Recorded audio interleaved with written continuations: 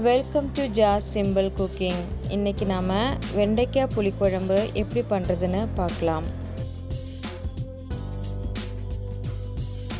அதுக்கு தேவையான பொருட்கள் 10 வெண்டைக்காய், 4 பச்சை மிளகாய், 15 சின்ன வெங்காயம், ஒரு முருங்கைக்காய், 15 பல் பூண்டு, ஒரு தக்காளி. இதெல்லாம் கட் பண்ணி வச்சுக்கோங்க. அதுக்கப்புறமா அரை முறி தேங்காய் திருகி வச்சுருக்கேன். இந்த ஸ்பூனுக்கு 2 ஸ்பூன் வத்தல் தூள், 1 ஸ்பூன் மல்லித்தூள், 1/4 டீஸ்பூன் மஞ்சள் தூள். இது நல்லா தண்ணி சேர்த்து நல்லா அரைச்சி வச்சுக்கோங்க.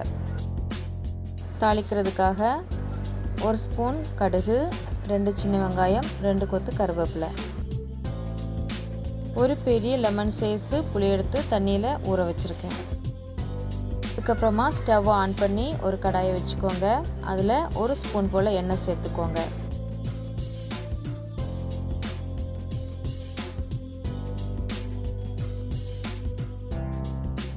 எண்ணெய் சூடானதும் கட் பண்ணி வச்சுருக்கிற வெண்டைக்காவை சேர்த்து ஒரு 2லேருந்து 3 நிமிஷம் நல்லா வதக்கிக்கோங்க.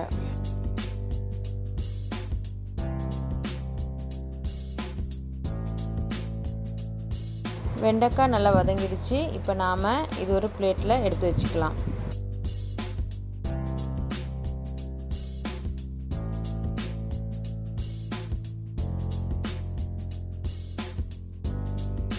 அதுக்கப்புறமா அதே கடாயில் 1 ஸ்பூன் எண்ணெய் சேர்த்துக்கோங்க.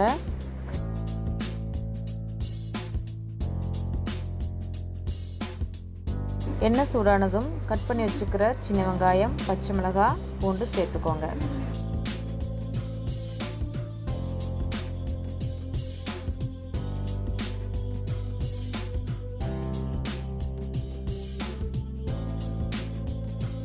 இப்போ கருவேப்பிலை சேர்த்துக்கோங்க. ஒரு 2லேருந்து 3 நிமிஷம் வரைக்கும் வெங்காயம் நல்லா வதக்கிக்கோங்க. இப்போ வெங்காயம் ஓரளவுக்கு வதங்கிடுச்சு. இப்போ நாம் 2ஆக கட் பண்ணி வச்சுருக்கிற முருங்கைக்காவை சேர்த்துடலாம். முருங்கைக்காய் ஒரு நிமிஷம் வதக்கிக்கோங்க. அதுக்கப்புறமா நம்ம கட் பண்ணி வச்சுருக்கிற தக்காளியை சேர்த்து ஒரு 2 நிமிஷம் வதக்கிக்கலாம். இப்போ கொஞ்சம் உப்பு சேர்த்துக்கலாம்.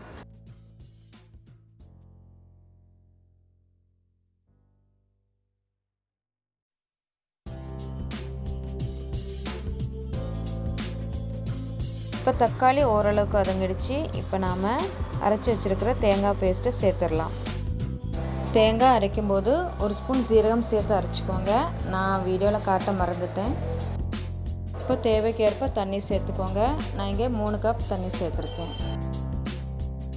இப்போது புளியை கரைச்சி அந்த தண்ணியை சேர்த்து நல்லா மிக்ஸ் பண்ணி விட்டுக்கோங்க.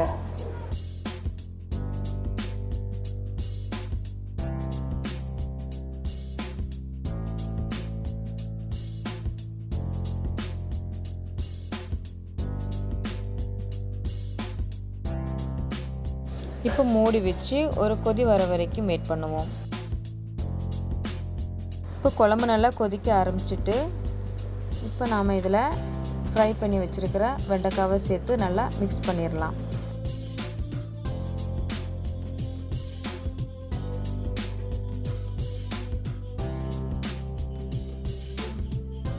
இப்போ நாம் உப்பு சேர்த்துக்கலாம்.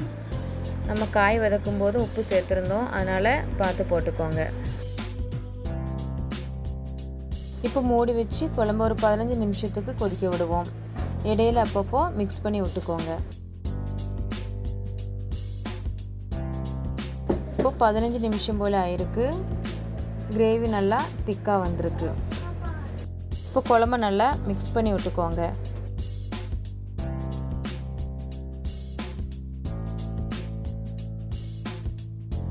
இப்போ நாம் இதை ஒரு சைடில் எடுத்து வச்சுக்கலாம்.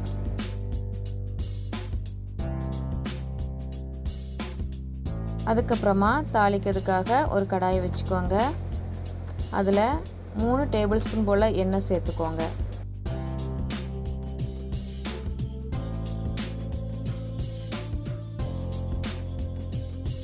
எண்ணெய் சூடானதுக்கப்புறமா அதில் 1 ஸ்பூன் கடுகு சேர்த்துக்கோங்க.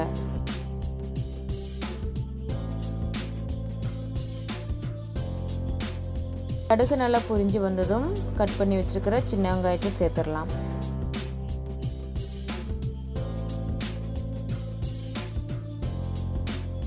வெங்காயம் கொஞ்சம் ப்ரௌன் நிறமானதும் அதில் கருவேப்பிலை சேர்த்து ஸ்டவ்வை ஆஃப் பண்ணிடலாம். இப்போ நாம் இதை குழம்புல சேர்த்துடலாம்.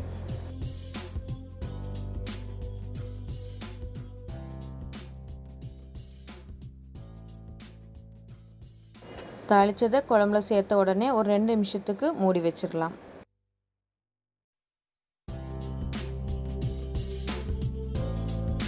இப்போ 2 நிமிஷம் போல் ஆயிருக்கு. இப்போ நம்ம இதை மிக்ஸ் பண்ணி விட்டுடலாம். அவ்வளோதான், வெண்டைக்காய் புளிக்குழம்பு ரெடி ஆயிட்டு.